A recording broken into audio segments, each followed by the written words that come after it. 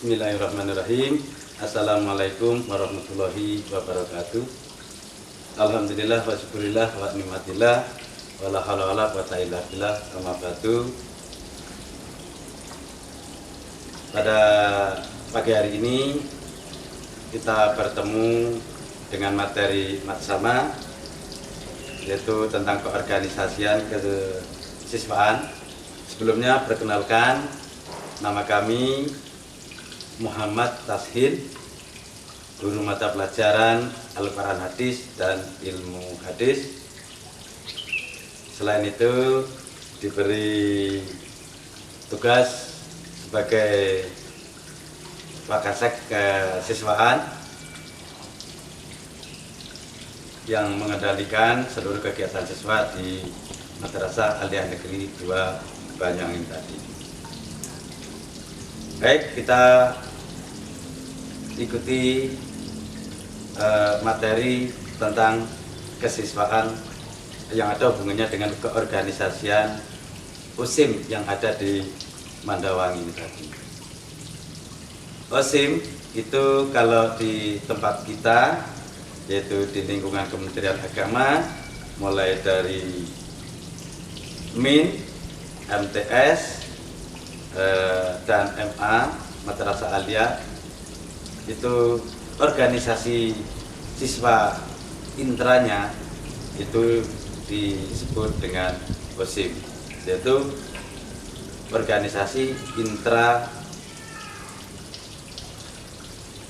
siswa madrasah. Sedangkan di tempat lain mungkin adalah OSIS, organisasi siswa intra sekolah. Baik, untuk anak-anak peserta matsama, kamu harus pindah cara berpikirnya dari ketika kamu semasa di SLTP, MTS maupun SMP ke SLTA ini, yaitu di MA. Di Madrasah Aliyah Negeri 2 Banyuwangi,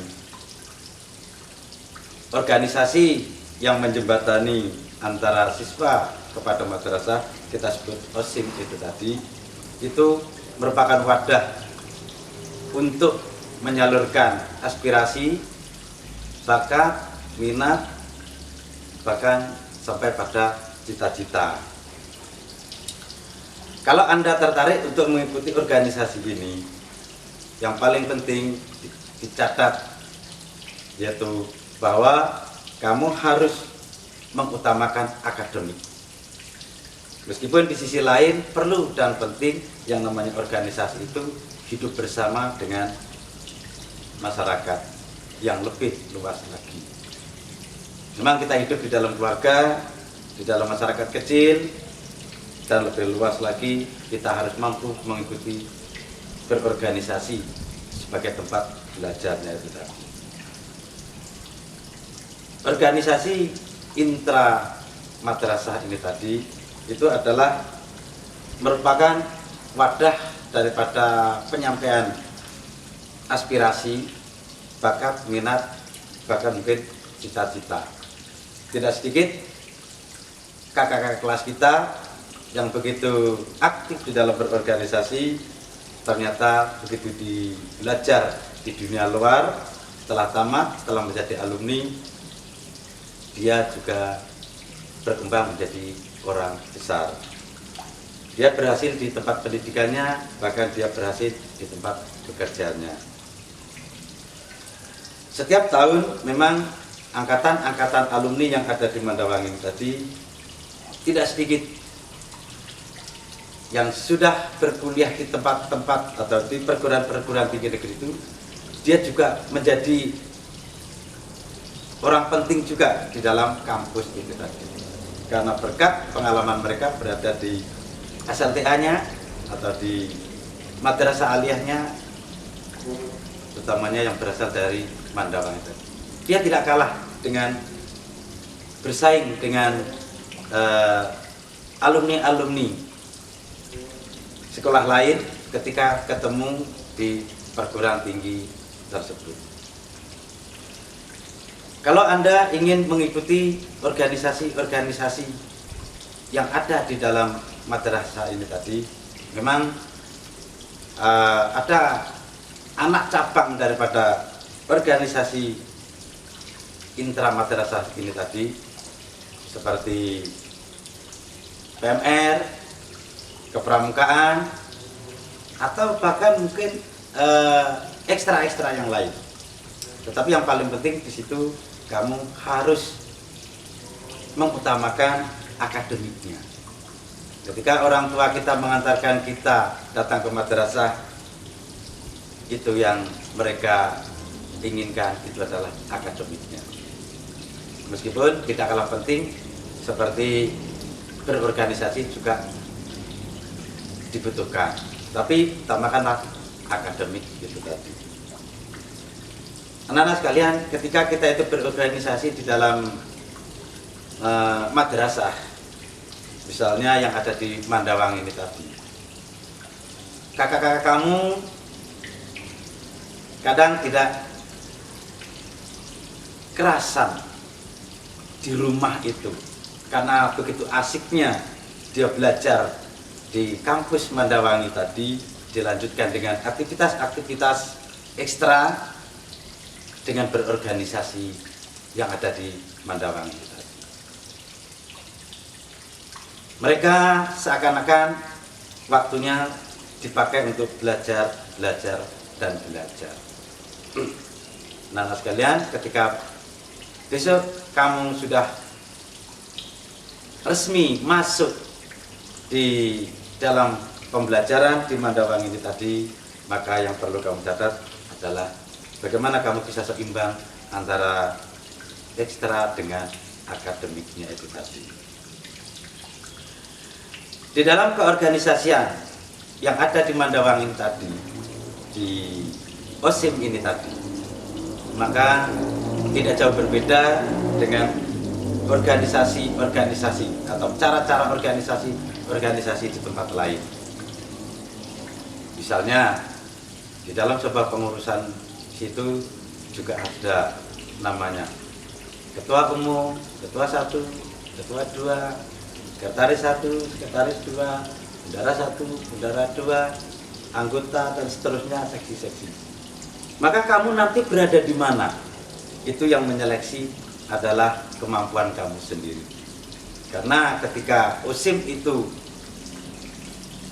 mengadakan regenerasi kepengurusan di tiap tahun, di tiap angkatan tadi, juga melalui seleksi yang diadakan oleh kakak-kakak kelas kamu yang memang sudah duduk di dalam organisasi tersebut. Mari kita, dari teman-teman kita seluruh kelas 10 ini tadi yang menginginkan untuk masuk di dalam organisasi, kita ikut seleksi di dalam kegiatan penjaringan kepengurusan tersebut. Seandainya sudah bisa masuk di dalam situ, maka posisi kamu berada di mana kamu harus tahu. Misalnya sebagai ketua, kewenangannya seperti apa, sekretaris kewenangannya seperti apa, bendara kewenangannya seperti apa, seksi-seksi juga kewenangannya seperti apa. Maka kamu harus tahu batas-batasnya. Sehingga di dalam rapat, misalnya mengambil voting atau kebetulan ada kegiatan-kegiatan yang perlu dimusyawarahkan, maka jabatan tertinggi ketua di situ tidak harus menang, tapi keputusan itu ada di demokrasi, hasil keputusan bersama. Mana yang paling banyak di antara tadi. Anak-anak sekalian, saya kira kamu tidak asing bagaimana caranya orang mengambil keputusan itu di dalam sebuah demokrasi tadi. Kamu mungkin di SLTP juga pernah membawa ilmu seperti itu, menimba ilmu seperti itu. Maka dari itu, nanti di sesi lain ada yang namanya animasi. Kamu ambil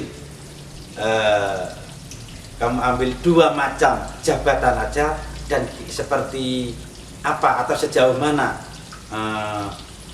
kewenangan-kewenangan tersebut. Misalnya, seberapa kewenangannya bendara, seberapa kewenangannya sekretaris, seberapa kewenangannya seksi misalnya. Coba kamu deskriptifkan dalam sebuah tulisan, dan kemudian ini merupakan tugas untuk dikirimkan kepada pemateri, yaitu saya.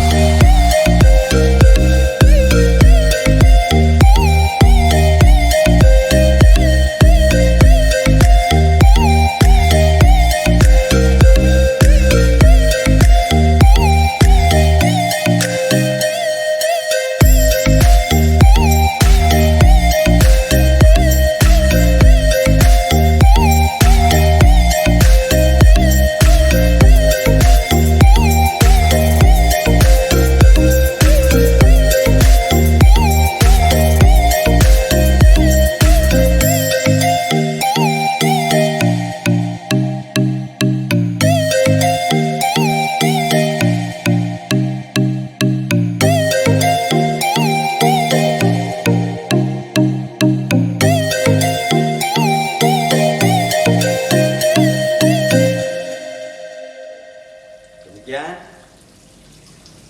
sekedar mukadimah saja, mudah-mudahan kamu bisa menimba ilmu dan mengerjakan tugas ini dengan mendeskripsikan sebuah kewenangan dari sebuah jabatan tersebut. Kurang lebihnya minta maaf, wassalamualaikum warahmatullahi wabarakatuh.